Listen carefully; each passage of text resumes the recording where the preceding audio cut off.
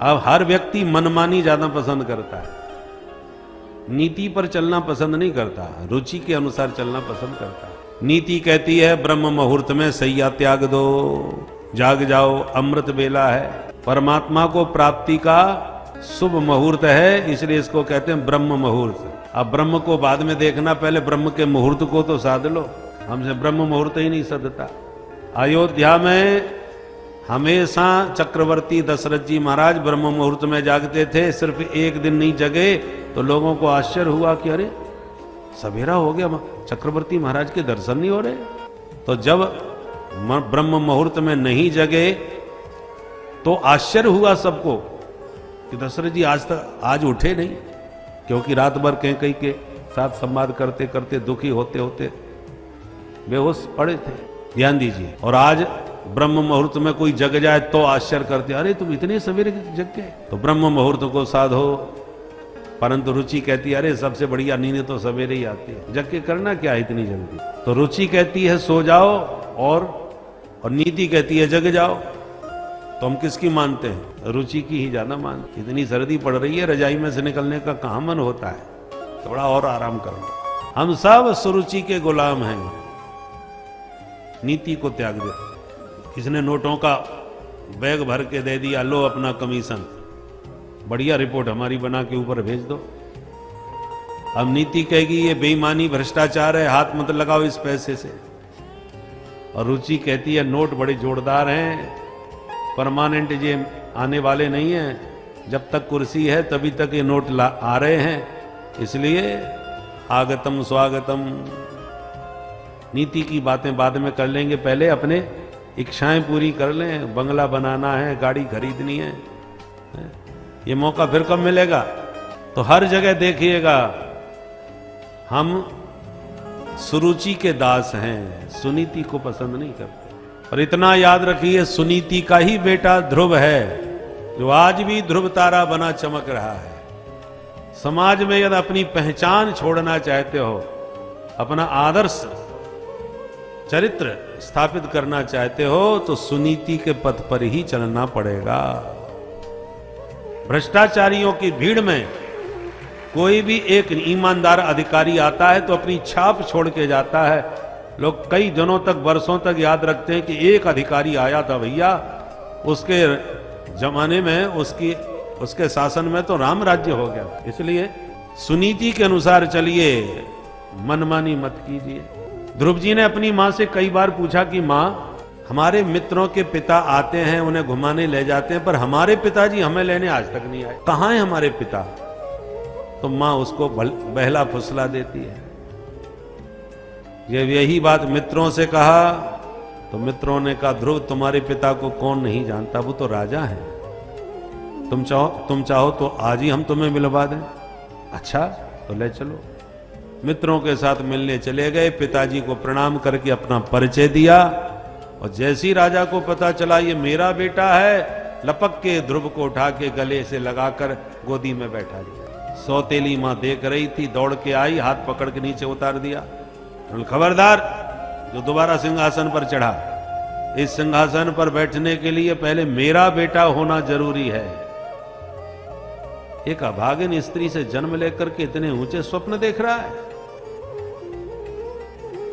और राजा इतने वशीभूत कि कुछ बोल नहीं पाए, जब गोदी से हाथ पकड़ के नीचे उतार दिया ध्रुव को। राजा मौन रहे और ध्रुव जी को भयंकर चोट लगी। मेरी मां को अभागिन कह दिया। ध्रुव जी ने कहा यदि मैं बैठना ही चाहूं इस पद पर तो बोले एक ही उपाय है बेटा, जाके पहले तपस्या करो, भगवान प्रसन्न हो तो वरदान मांगो कि तो मेरा जन्म तो सुरुचि मां के गर्भ से हो, फिर जाके कहीं मरो, और मरने के बाद फिर मेरे गर्भ से जन्म लो, तभी तुम्हें ये सिंहासन प्राप्त होगा, अन्यथा दुर्लभेर थे मनोरथ। ध्रुव जी रोते रोते घर आ गए, सारी घटना अपनी मां को सुनाई। मां ने गोद में बैठा के समझाया, देख बेटा, तूने कई बार पिता के बारे में पूछा, मैं बता नहीं पाई, और धन्य है तेरी सौतेली मां जिसने जगत पिता के बारे में तुझे बता दिया आज। वो बिल्कुल ठीक कह रही थी। इन पिता ने गोद में लेके तुम्हें उतार दिया, और जिस दिन जगत पिता की गोद में बैठोगे कभी नहीं उतरोगे। अच्छा मां, तो ये जगत पिता कहां मिलेंगे जरा बताओ। बोले बेटा उनके मिलने का एक पता नहीं है।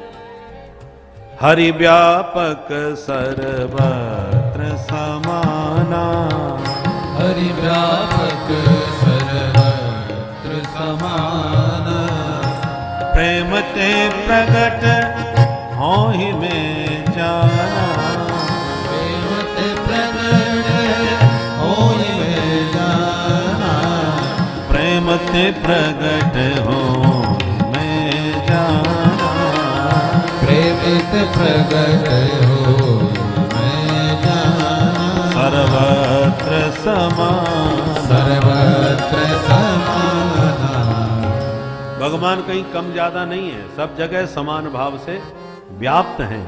जहां प्यार से पुकारोगे वो वहीं से प्रकट हो जाएंगे। ध्रुव जी को बात जम गई और घर छोड़ के रात में निकल गए, और घनघोर जंगल में पहुंचे तो नारद जी मिल गए। अरे बच्चा इधर कहां जा रहे हो? बोले भगवान से मिलने।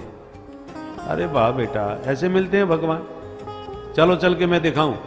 हजारों बाबा बैरागी जंगलों में गुफाओं में घुसे बैठे हैं, जिंदगी बीत गई, आज एक झलक तक नहीं मिली। तू कल का बच्चा क्या पाएगा? दूध के दांत नहीं गिरे अभी तक। ध्रुव जी हाथ जोड़ के बोले सुनो महाराज जी, यदि आपको रास्ता आता हो प्रभु की प्राप्ति का तो बताओ, नहीं आप अपनी रास्ता जाओ, मुझे अपनी रास्ता जाने दो। मैं लौटने वाला नहीं हूं, परम पिता से मिलके ही लौटूंगा। छत्री हूं, जो कदम उठा लिया पीछे हटाने वाला नहीं। सुई नारद जी खुश हो गए, समझ गए पक्का चेला है। बैरागी कई प्रकार के होते हैं ना, मरकट बैरागी ज्यादा होते हैं। घर में भाई खटपट के चल बाबा के मठ पर, लड़ाई झगड़ा हुआ सुई बाबा बनने का भूत सवार हुआ, और जहां पप्पू की याद आई तो लौट के फिर वापस आ गए।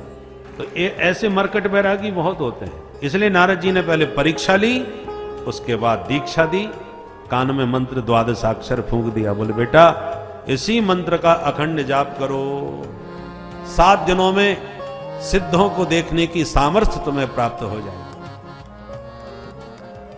तो मैं कहां जाऊं? बोले तुम यहां से सीधे मथुरा जाओ। मथुरा में जमुना जी में स्नान करके जमुना के तट पर एक मधुवन है, उसी मधुवन में भजन करना। ध्रुव जी प्रणाम करके गुरुदेव का आशीर्वाद लेके चले गए। जमुना में नहा के मधुवन में बैठ के मंत्र का जाप करना चालू किया। 3 दिन तक अखंड बैठे रहते हैं, और 3 दिन के बाद खड़े होते हैं, और फिर कुछ कंदमूल फल खा लेते हैं, और फिर लगा आसन बैठ जाते हैं। 1 महीने तक नियम चला। दूसरा महीना लगा तो नियम कठोर कर दिया। अब 6 दिन तक बैठे रहते हैं। 6 दिन के बाद खड़े होते हैं, फलाहार छोड़ दिया, घास और पत्ते खाने लगे, वो भी 6 दिन में एक बार। तीसरा महीना लगा तो नियम और कठोर कर दिया। अब 9 दिन तक बैठे रहते हैं। 9 दिन में उठते हैं तो घास पत्ते सब छोड़ करके केवल जमुना जी का जल पी लेते हैं, फिर 9 दिन तक बैठ जाते हैं। चौथा महीना लगा तो 12 दिन में एक बार उठते हैं और केवल वायु का आहार करते हैं, और फिर 12 दिन तक लगा आसन बैठे रहते हैं। देखो पृथ्वी जल तेज वायु आकाश ये 5 महाभूत हैं शरीर में, तो एक दूसरे से ज्यादा महत्वपूर्ण है। जैसे अन्न है, अन्न के बिना तुम जितने दिन रह लोगे उतना जल के बिना नहीं रह पाओगे। जल ज्यादा महत्वपूर्ण है, अन्न से ज्यादा महत्वपूर्ण जल है, जल से भी ज्यादा महत्वपूर्ण अग्नि। यदि शरीर में हाथ पैर ठंडे पड़ गए तो जय सिया राम। जो अग्नि शरीर में होनी चाहिए, तापमान, अग्नि के बिना, उस ताप के बिना शरीर ज्यादा नहीं रह सकता। अग्नि से भी ज्यादा सूक्ष्म क्या है? वायु। हवा के बिना नहीं रह सकता, श्वास के बिना नहीं रह पाओगे।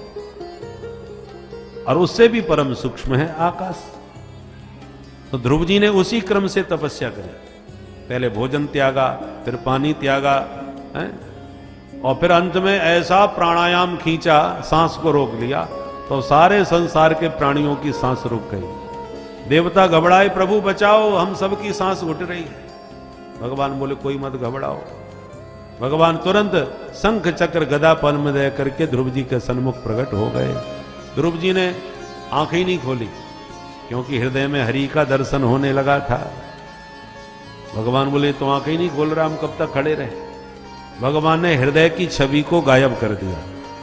जब हृदय से गायब हो गए तब हड़बड़ा के नेत्र खोले तो हृदय के हरि आंखों के सामने खड़े नजर आए।